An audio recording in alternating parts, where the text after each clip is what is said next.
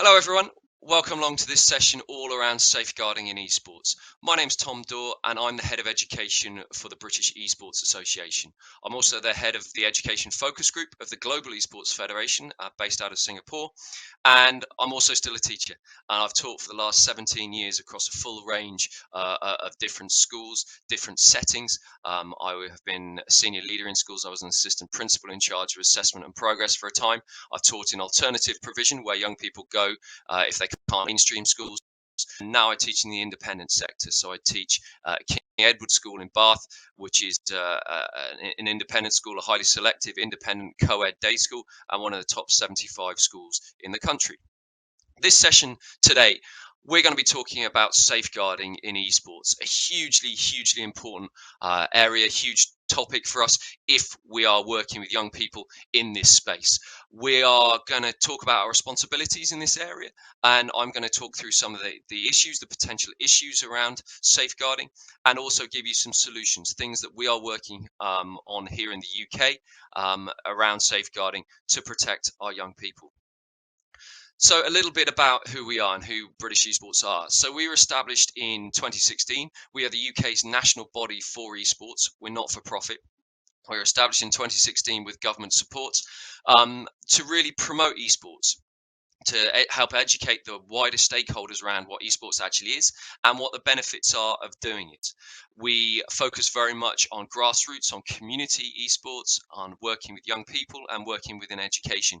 We have a very close relationship with the professional teams here in the UK, but we very much sit below that. Our aim is to inspire, to promote, inspire, and improve all things to do with esports. We are supported by an advisory board of volunteers from within the industry. Our chairman is a man called Andy Payne, who was the chair of UKI, which is the trade and industry body for the games industry here in the UK. And the man in the picture in the middle that you can see there is Lord Vasey, who was the Minister for Digital under David Cameron's government. Conservative government 6 or 7 years ago. In that photo with him also Ryan Hart, who is one of the original Street Fighter world champions, and then we've got Wolfies there, who was the British teenager who came second in the duos of the Fortnite World Cup in 2019. So we very much work in the UK, but we're very much then attached to international organizations as well. So Chester King, our founder and CEO, he's a vice president of the Global Esports Federation and co-chairs their technical commission alongside Mars Howe, the head of esports for Tencent. Chester is also sits on the International Olympic Committee's esports and gaming liaison group as well. So little examples of what we're doing within the space as well, within esports education, within esports and young people. So we run the British Esports Student Champs. This is the 4th year of this competition, and it's the only PC-based competition of its kind in the UK. At the moment, we have around 370 teams from about 140 schools and colleges playing on a Wednesday after school. We use 3 age-appropriate titles. It's 4 age-appropriate titles now, actually. It's slightly wrong. So we're using Rocket League, League of Legends, Overwatch, and Valorant. Valorant in the UK is for 16 and above, so it's just for students who are in high school, essentially in the 6th form, who are allowed to play in that one. We stream our games weekly on Twitch as well. And very often we get Twitch front page as well, which is brilliant. So viewership certainly spikes at that point. And we also host our live grand finals each year. This year we did it at the Confetti Institute, which is part of the Nottingham Trent University. Fantastic facilities for esports, and they're just opening another facility in January that will be absolutely the best in the UK. Nothing else like it in the UK. And we hosted the live grand finals there in July, and our viewership peaked at 182,000 concurrent viewers via Twitch. We are the official partners as well of the Association of Colleges, in the same way the Football Association are their official partners for football, and the British Athletics are their official partner for athletics. The British Esports Association are their official partner for esports. So we have recognition on a wider scale like that.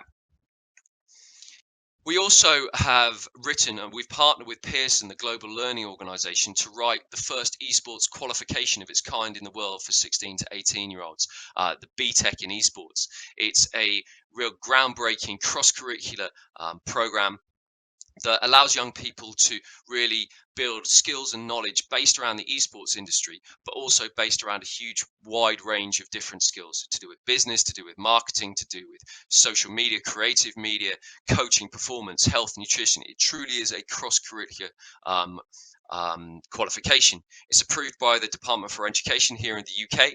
Last year we had 300 students studying it at 15 different centres. This year we've got 70 different centres delivering it and nearly 2,000 students studying it.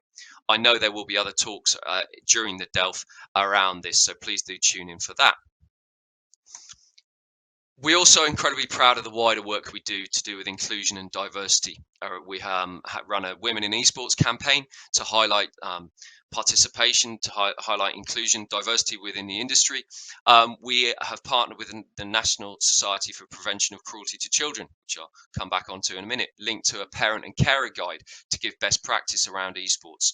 We've also do a lot of work with different alternative provision, different types of projects, working with young people in non-mainstream schools. So the National Star College is a specialist college for young people with significant learning and physical needs. And we ran a fantastic project in partnership with Xbox. And so I really do suggest you have a look at those some of those types of projects as well. So safeguarding then. Now you've got a little bit of background about who we are, our credibility around this. We'll move on to the actual the detail of this session, all around safeguarding. Now I'm going to read to you here some definitions so we have an understanding of what safeguarding is and what I mean by safeguarding. So safeguarding is the action that's taken to promote the welfare of children and protect them from harm. Safeguarding means protecting children from abuse and maltreatment, preventing harm to children's health or development, ensuring children grow up with the provision of safe and effective care, taking action to enable all our children and young people to have the best outcomes. Child protection is a part of the safeguarding process. It focuses on protecting individual children identified as suffering or likely to suffer from significant harm. This includes child protection procedures which detail how to respond to concerns about a child. Now, I've taken those quotes from the National Society for Prevention of Cruelty to Children. They are one of the oldest charities here in the UK and are the go-to. They are the body that everybody defers to or refers to in terms of advice and guidance around safeguarding young people, not just necessarily online, but in life in general. We have been working closely with them. The parent and carer guide that I mentioned, we've developed in a collaboration with them, and they have allowed us to use their logo to their branding on this because they are happy with what we have done and the steps that we are taking, what we are recommending around safeguarding for anybody working with young people within the esports space. So safeguarding and online safety is critically important when we are organising and running esports in our schools, in our communities, in our youth groups. Now, I appreciate I'm speaking at an international conference here, so there's going to be different rules, different regulations in different countries, even within different districts or different regions within each country. However, underlying all that is that we as adults, we as adult leaders, must be keeping our young people safe. It is our duty to keep them safe, and therefore we need to prioritize safeguarding in all aspects of what we do within our esports tournaments, within our esports competitions, when we are interacting with young people, either that physically in actual events or online. We must, as adults, be protecting our young people and having procedures in place to protect those young people to ensure that they are safe. What do I mean by that? Okay, I'd like you to reflect. I'd like you to think about what happens with traditional sports, with traditional music, with drama, with activities that are those traditional activities that are already organised for young people in our schools, in our communities. I'd like you to think around those types of procedures, the types of rules, the types of regulations that are in place for those types of activities. We then need to use that in esports. Any of us organising these activities for young people within the esports space, we need to have those activities or follow those rules, those regulations, those guidelines, and bring that into the esports space, bring that into the online space. We need to be meeting those as a minimum. Okay, I want us to aim what we're doing at British Esports. We're aiming beyond that. We're aiming not just to meet those expectations, but to set new standards, to set gold standards around what safeguarding in esports with young people actually should look like. So, different areas to focus on. Have you done a risk assessment? What are the risks involved in organising online tournaments? What are the risks involving physical face-to-face LAN tournaments? What about the staff? What about the staff that are working with those young people? The staff working in your organisations? Have you checked on those staff? What is the checking procedure for those individuals? Here in the UK, it's called a DBS check. Essentially, it's a criminal record bureau check to make sure that any adults don't have convictions or prior convictions or offences against children or young people. It is a check that anybody in any industry working with young people has to go through.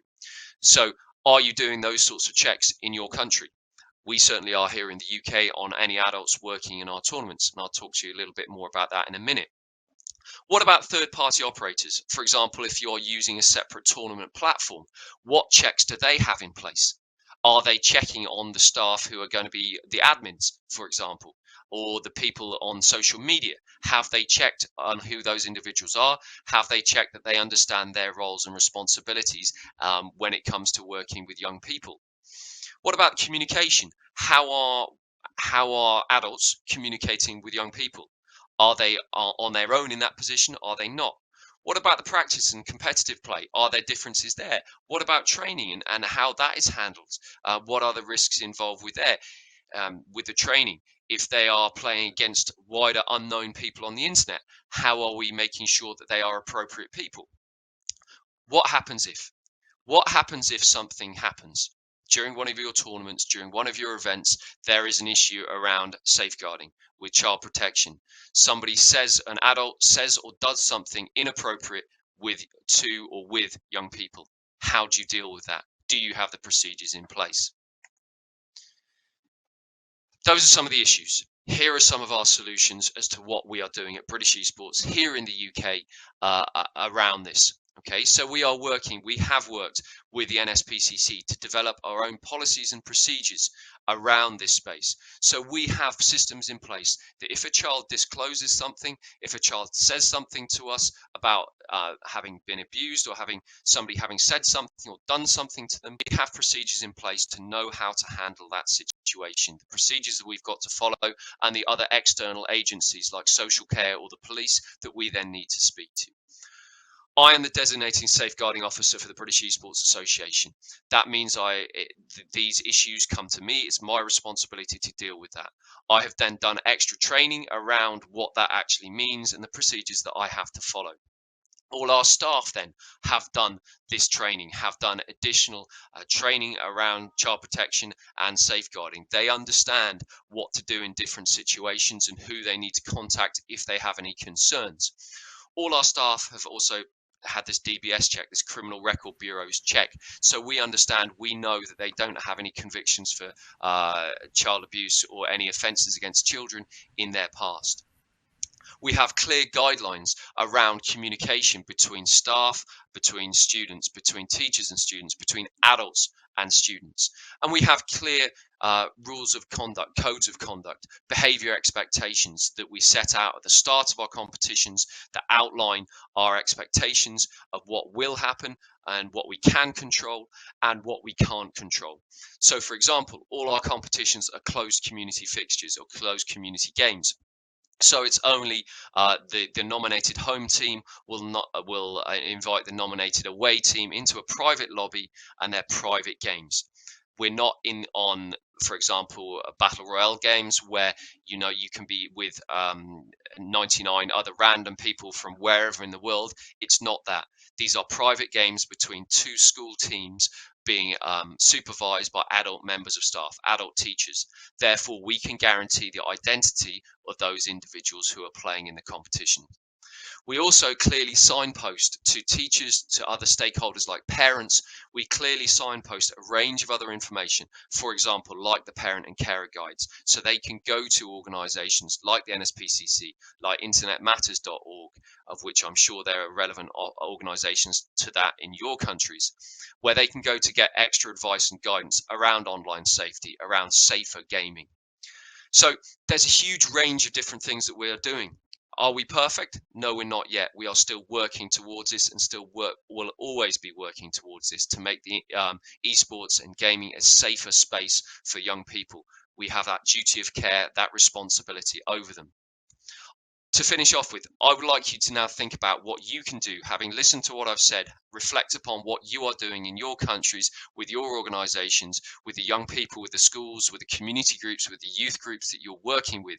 Reflect on what you are currently doing and what you need to be doing even more of to ensure that our young people are safe when they're playing esports. Thank you for your time. Thank you for listening. My email's there. Please find me on LinkedIn as well. Connect with me on LinkedIn, and you can find a lot more information there on britishesports.org. Thank you very much.